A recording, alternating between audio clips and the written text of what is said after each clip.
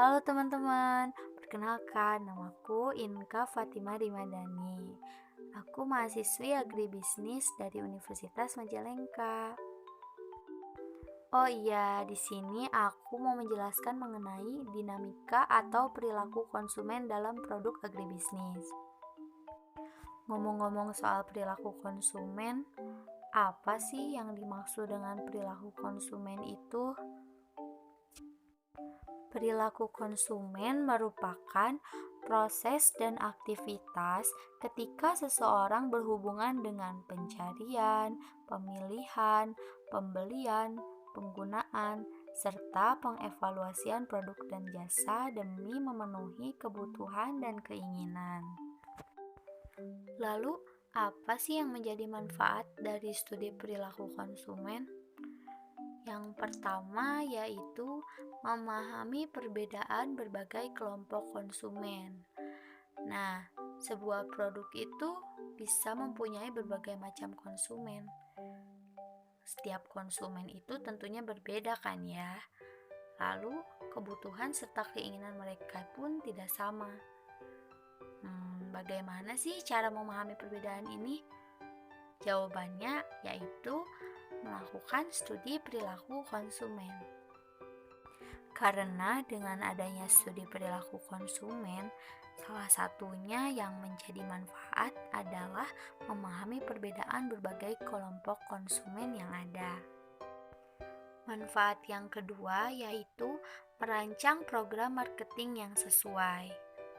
Nah, dari tiap program marketing bisa kita buatkan secara khusus untuk kelompok konsumen tertentu sesuai dengan karakteristik perilaku mereka tentunya. Manfaat yang ketiga yaitu memprediksi tren pasar. Dari waktu ke waktu, tren pasar itu terus berubah. Nah, perubahan ini bisa terus diikuti dengan studi consumer behavior. Otomatis kita bisa membuat produk yang sesuai dengan perkembangan zaman. Tidak perlu membuang banyak sumber daya untuk mengembangkan produk yang kurang tepat. Manfaat yang keempat yaitu meningkatkan daya saing dengan kompetitor. Studi perilaku konsumen tidak hanya membuat kita memahami audiens, kita juga bisa mendapat informasi soal kompetitor seperti apakah pelanggan membeli produk dari pesaing, mengapa konsumen membeli produk dari pesaing, menurut konsumen, apa yang membedakan produkmu dan produk pesaing. Nah, kalau sudah mengenal kompetitor, kita langsung buat aja produk yang lebih unggul. Dengan begitu, daya saing pun bisa meningkat. Manfaat yang terakhir yaitu meningkatkan customer service. Tiap konsumen membutuhkan bentuk layanan yang berbeda. Nah, perbedaan itu bisa kita pelajari melalui consumer behavior. Dengan begitu, kita bisa memberikan layanan customer service yang berkualitas, sebab semuanya sesuai dengan kebutuhan setiap pelanggan.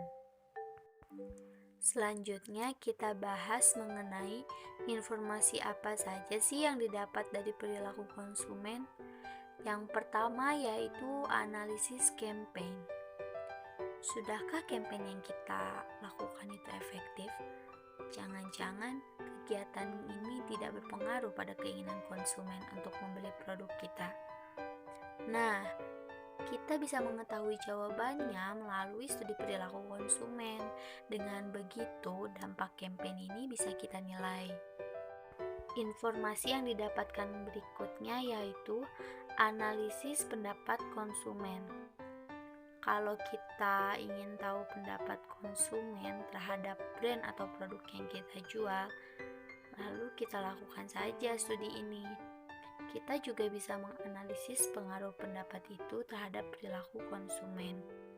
Dengan begitu, proses pengembangan produk kita itu bisa maksimal, sebab kita sudah memahami feedback konsumen terhadap barang atau jasa yang kita jual.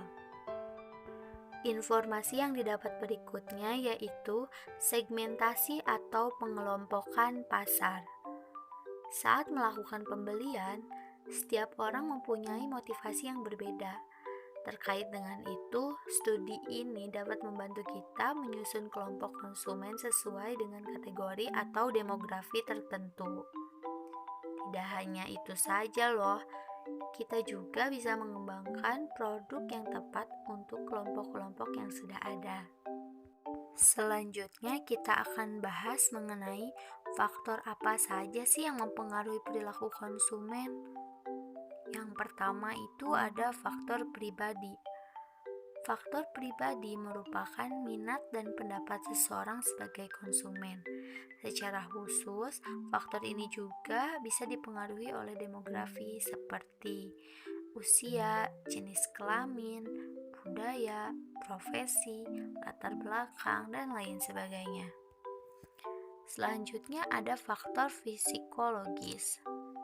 Faktor psikologis ini merupakan respons dan sikap individu terhadap kampanye pemasaran dan kebutuhan pribadi sebagai seorang konsumen. Selanjutnya yaitu ada faktor sosial. Faktor sosial ini meliputi pengaruh lingkungan, pengaruh media sosial, kelas sosial, pendapatan, tingkat pendidikan, dan lain sebagainya. Tibalah kita di pembahasan yang terakhir, yaitu mengenai tipe-tipe perilaku konsumen. Tipe perilaku konsumen yang pertama yaitu complex buying behavior atau perilaku membeli yang kompleks. Misalnya, Miss A ingin membeli tanaman Monstera variegata seharga 50 juta. Tentunya Miss A ini berpikir panjang sebelum memutuskan pembelian. Sebab produk tersebut jarang sekali ia beli, belum lagi harganya yang relatif mahal. Inilah yang dimaksud dengan complex buying behavior. Sebelum membeli produk, konsumen cenderung berpikir panjang. Tipe perilaku konsumen yang kedua yaitu dissonance reducing buying behavior atau perilaku membeli yang mengurangi perbedaan. Nah, pada tipe ini konsumen akan sangat terlibat dalam proses pembelian. Akan tetapi mereka akan kesulitan menentukan perbedaan antar merek. Misalnya, Mr. B ingin membeli alat pemangkas rumput. Menurutnya tidak ada perbedaan antara merek alat pemangkas rumput A, B, C, dan D. Padahal keempatnya punya sedikit titik perbedaan. Inilah yang disebut dengan disonansi. Tipe perilaku yang ketiga yaitu variety seeking behavior atau perilaku mencari keragaman produk. Pada tipe ini, konsumen membeli produk yang berbeda. Akan tetapi ini dilakukan bukan karena mereka tidak puas dengan produk sebelumnya.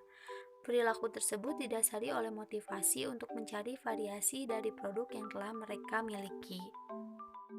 Tipe perilaku konsumen yang terakhir yaitu habitual buying behavior atau perilaku membeli yang telah terbiasa.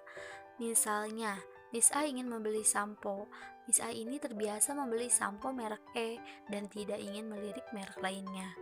Dapat disimpulkan dalam kasus ini, Miss A memiliki habitual buying behavior. Ia tidak banyak terlibat saat mencari produk. Pemilihan merek cenderung didasarkan dari kebiasaan.